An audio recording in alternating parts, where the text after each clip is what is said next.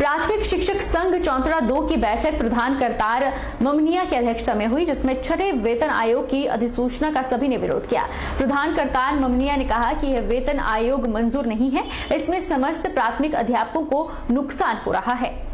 प्राथमिक शिक्षक संघ चौंतरा 2 की बैठक प्रधान करतार ममनिया की अध्यक्षता में हुई, जिसमें छठे वेतन आयोग की अधिसूचना का सभी ने विरोध किया। प्रधान ने कहा कि हिमाचल प्रदेश का अपना वेतन आयोग नहीं है तो पंजाब का अनुसरण करते हैं, तो जेबीटी अध्यापकों के लिए भी पंजाब के तौर पर एक नया वेतन दिया जाए। उन्होंने कहा कि सभी हिमाचल सरकार से आग्रह करते हैं कि जो विसंगतियां इस वेतन आयोग में हैं, उन्हें हटाकर एक सम्मानजनक नया वेतन दिया जाए। जिस प्रकार की जो विसंगतियां हैं उनको मैं पॉइंट टू पॉइंट सरकार के समक्ष रखना चाहूंगा। सबसे पहले सरकार ने जो ये 2 फैक्टर 2.25 और 2.59 का फैक्टर दिया है, सबसे पहले इसमें ही विसंगति है। क्लरिकल स्केल में जो 10-300-3200 पार कर गए हैं उनके लिए 2.25 का फैक्टर दिया गया है, लेकिन उनको 1900 के ग्रेड पे में फिट किया गया है, जो सबसे पहले विसंगति है। अगर आप स्केल पार कर गए हैं तो सरकार को चाहिए कि उनको 3200 के टेबल में ही फिक्स करें। अगर वैसा नहीं करना है तो सरकार सभी को एक मुश्त सभी को 2.59 का फैक्टर दे। 2.25 2.59 इसी में कर्मचारी को उलझाया गया है, जिससे कर्मचारी को कोई विशेष लाभ नहीं हो रहा है। दूसरा, जो कर्मचारी रेगुलर नहीं हुए हैं या रेगुलर अभी रेगुलर हुए हैं और जिनका 2 साल का समय पूरा नहीं हुआ है, 10-300-3200 में नहीं आए हैं, उन कर्मचारियों को भी इस स्केल का कोई बेनिफिट नहीं दिख रहा है। उससे बढ़िया तो वो स्केल नहीं लें, तब वहां पे ठीक है। तो सरकार इसकी भी व्यवस्था करे। साथ में सरकार ने जो पंजाब के पे कमीशन के अनुसार पे कमीशन लागू किया है, तो सरकार पंजाब में 3 ऑप्शनें सरकार ने दी हैं, तो सरकार से यह भी अनुरोध है कि 15% की वेतन वृद्धि के ऑप्शन को भी सरकार लागू करे। मंडी के वल्लभ महाविद्यालय में जारी north zone inter university women kabaddi championship का आज समापन हो गया। प्रतियोगिता के फाइनल मुकाबले में हिमाचल प्रदेश यूनिवर्सिटी की टीम ने हरियाणा की टीम को 34 के मुकाबले 37 अंकों से हराकर प्रतियोगिता के खिताब अपने नाम किया। वल्लभ महाविद्यालय में आयोजित north zone inter university women kabaddi championship का समापन हो गया। समापन समारोह में प्रदेश के शिक्षा मंत्री गोविंद ठाकुर ने बतौर मुख्य अतिथि शिरकत की। उन्होंने प्रतियोगिता की विजेता और उपविजेता टीमों को पुरस्कृत किया। इस अवसर पर शिक्षा मंत्री गोविंद ठाकुर ने उपस्थित जनसमूह को संबोधित करते हुए कहा कि प्रदेश सरकार खेलों और खिलाड़ियों के विकास के लिए प्रतिबद्ध है और सरकार इस दिशा में निरंतर प्रयासरत है। जो फाइनल मैच है वो हमने जीता और जिसमें हरियाणा के कुरुक्षेत्र विश्वविद्यालय के बच्चों ने खेला और हिमाचल प्रदेश विश्वविद्यालय के बच्चों के मध्य में ये खेल हुआ और मैं दोनों टीमों को बधाई देता हूँ कि पहले तो फाइनल मैच तक पहुंचने के लिए बहुत मेहनत करनी पड़ती है और उसके बाद यहाँ पर जो मैच हुआ जब बहुत अच्छी प्रकार से दोनों टीमों ने भाग लिया और बहुत बड़े मुकाबले में हिमाचल प्रदेश विश्वविद्यालय ने इस मैच को जीता है। मैं हिमाचल प्रदेश विश्वविद्यालय की टीम को बहुत बधाई देता हूँ और साथ में जो कुरुक्षेत्र से हमारे खिलाड़ी बच्चे आई हैं उन सबको बधाई देता हूँ। उन सबने अपनी खिलाड़ी की भावना से बहुत अच्छा खेल यहाँ पर खेला है, उनको भी मेरी ओर से बहुत बधाई और इसी प्रकार से खेल और खिलाड़ियों को आगे बढ़ने के लिए सरकार के माध्यम से सतत प्रयास करते रहेंगे। वहीं प्रतियोगिता का फाइनल मुकाबला हरियाणा और हिमाचल प्रदेश यूनिवर्सिटी की टीम के बीच खेला गया। दोनों टीमों के बीच संघर्षपूर्ण मुकाबला देखने को मिला। इस संघर्षपूर्ण मुकाबले में हिमाचल प्रदेश यूनिवर्सिटी की टीम ने हरियाणा की टीम को 34 के मुकाबले 37 अंकों से हराकर प्रतियोगिता का खिताब अपने नाम किया।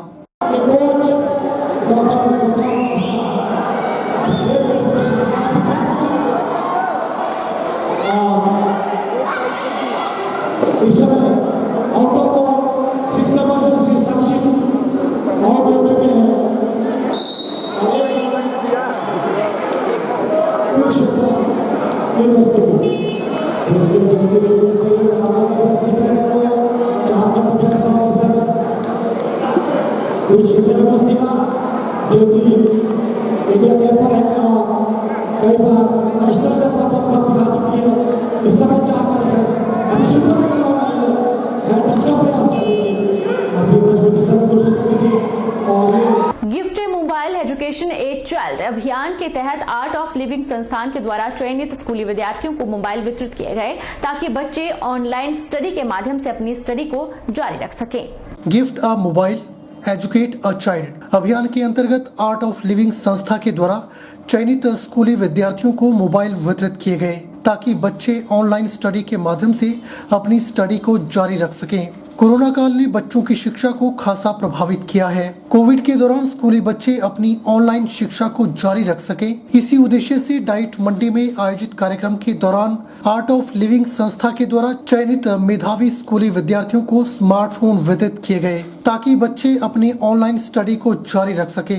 कार्यक्रम में एसटीएम सदर रितिका जिंदल ने बतौर मुख्य अतिथि शिरकत की।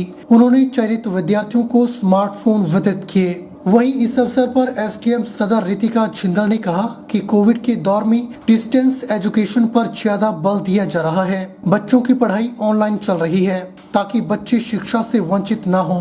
उन्होंने विद्यार्थियों से आह्वान किया कि वे स्मार्टफोन का अपनी स्टडी के लिए सही इस्तेमाल करें और वैज्ञानिक कॉन्सेप्ट पर ज्यादा फोकस करें। कोविड के दौर में डिस्टेंस लर्निंग या कह लीजिए ई एजुकेशन पे ज़्यादा फोकस हो गया है कि ऑनलाइन ही बच्चों की पढ़ाई चल रही है, तो ताकि हमारे जो मेन स्कूल के जो बच्चे हैं वो डिप्राइव ना हों पढ़ाई से। तो ये बहुत ही अच्छा इनिशिएटिव है और मैं उनके डोनर्स को भी धन्यवाद कहना चाहूँगी जिन्होंने डोनेट किया है। तो बच्चों को मैं इतना ही कहना चाहूँगी, इसको पढ़ाई के लिए इस्तेमाल करना। टेक्नोलॉजी जो डबल एज स्वॉर्ड होती है ना, इसको आप अपने भले के लिए भी यूज़ कर सकते हो, अपने बुराई के लिए भी यूज़ कर सकते हो। तो भलाई के लिए, पढ़ाई के लिए इसको यूज़ करो।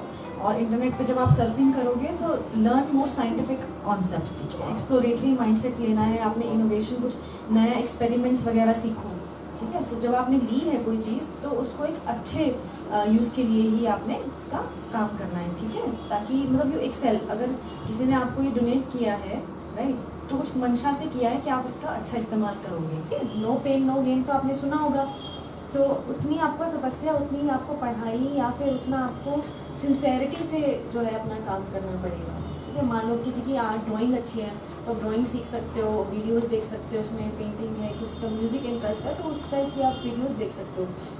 तो अपने इंटरेस्ट को अच्छे से परस्यू करना, हॉबीज को।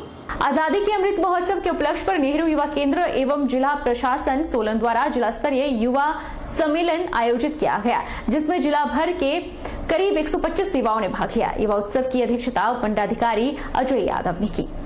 आजादी के अमृत महोत्सव के उपलक्ष्य पर नेहरू युवा केंद्र एवं जिला प्रशासन सोलन द्वारा जिला स्तरीय युवा सम्मेलन आयोजित किया गया। इस दौरान विभिन्न विशेषज्ञों ने नशे बारे युवाओं को जागरूक किया और युवाओं को करियर बारे भी जानकारी दी गई। उपमंडलाधिकारी अजय यादव ने बताया कि इस कार्यक्रम को करवाने का मुख्य उद्देश्य युवाओं को उनके अधिकारों और अन्य अमूल्य जानकारी देना रहा, ताकि युवा आगे चलकर अच्छे नागरिक बन सके। सम्मेलन का आयोजन किया गया और इस बार ये विशेष इसलिए है क्योंकि हम अपने आज़ादी का अमृत महोत्सव मना रहे हैं, 75वें साल की वर्षगांठ मना रहे हैं और उसमें एक जो अहम हिस्सा वो युवा भी है। तो आज के इस कार्यक्रम के माध्यम से हम युवाओं को जागरूक करना चाह रहे हैं अपनी विरासत के बारे में, अपने इतिहास के बारे में, आज़ादी की विरासत के बारे में। साथ ही साथ इस सम्मेलन का उपयोग करते हुए हम कैरियर काउंसलिंग पे भी ध्यान दे रहे हैं। नेहरू युवा केंद्र सोलन की उपनिदेशक ईरा प्रभात ने बताया कि जिला के करीब 125 युवाओं ने इस युवा सम्मेलन में भाग लिया। युवाओं का सर्वांगीण विकास करना ही नेहरू युवा केंद्र का मुख्य उद्देश्य है। वहीं युवाओं ने भी इस युवा सम्मेलन को लाभकारी बताते हुए कहा कि इसके माध्यम से उन्हें अनेकों जानकारियां मिली हैं जो कि उनके लिए बेहद लाभदायक हैं। आज़ादी के अमृत महोत्सव के उपलक्ष्य में नेहरू युवा केंद्र ने जिला युवा सम्मेलन का आयोजन आज डीसी ऑफिस के हॉल में किया, जिसका उद्देश्य पूरे जिला के युवाओं को जो भारत के ज्वलंत मुद्दे हैं उनके ऊपर डिस्कशन करके चर्चा करना है। हमने इसके ऊपर युवाओं से संबंधित कैरियर काउंसलिंग का टॉपिक लिया है, ड्रग अब्यूज़ का टॉपिक लिया है, आज़ादी का अमृत महोत्सव, इसके ऊपर हम बातचीत करेंगे और जो मेन फोकस है catch the rain where it falls when it false.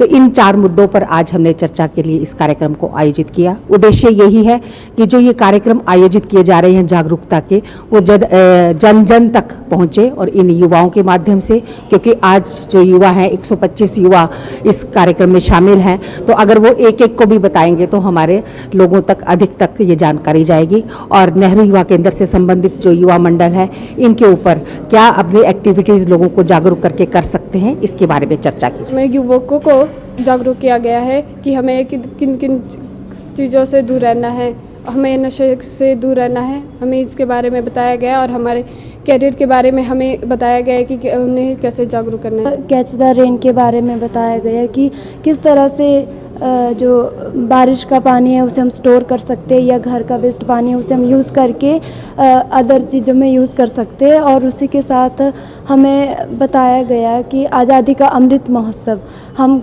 किस लिए सेलिब्रेट कर रहे हैं और हमें जो हमारे भारत को 74 वर्ष हो चुके हैं, आज़ाद हुए 75वां चल रहा है, तो हमने इन सालों में क्या सीखा और क्या कमियां रही, इन सब के बारे में बताया। और 2 दिनों के बाद हिमाचल प्रदेश में बारिश और बर्फबारी का दौर थमा है। एक और जहां बारिश फसलों के लिए लाभदायक मानी जा रही है, वहीं बर्फबारी से पहाड़ गुलजार हैं। बर्फबारी के बाद पहाड़ों में लोगों की दिनचर्या बदल जाती है। सुबह के कामकाज भी देरी से शुरू होते हैं। इसके साथ ही बर्फबारी के बाद घरों की छतों, आंगन से बर्फ को हटाने का काम शुरू हो जाता है। बर्फ में चलना फिरना भी मुश्किल रहता है। इसके अलावा ठंड के कारण कामकाज भी प्रभावित होते हैं। ये तस्वीरें जो आप देख रहे हैं, ये मंडी जिला के सराज विधानसभा के गाड़ा गुचैनी की है, जहां लोग बर्फबारी के बाद घरों के आंगन, छतों से बर्फ हटाने में जुटे हुए हैं। बहरहाल बुलेटिन में इतना ही। आप देखते रहिए HP 24x7।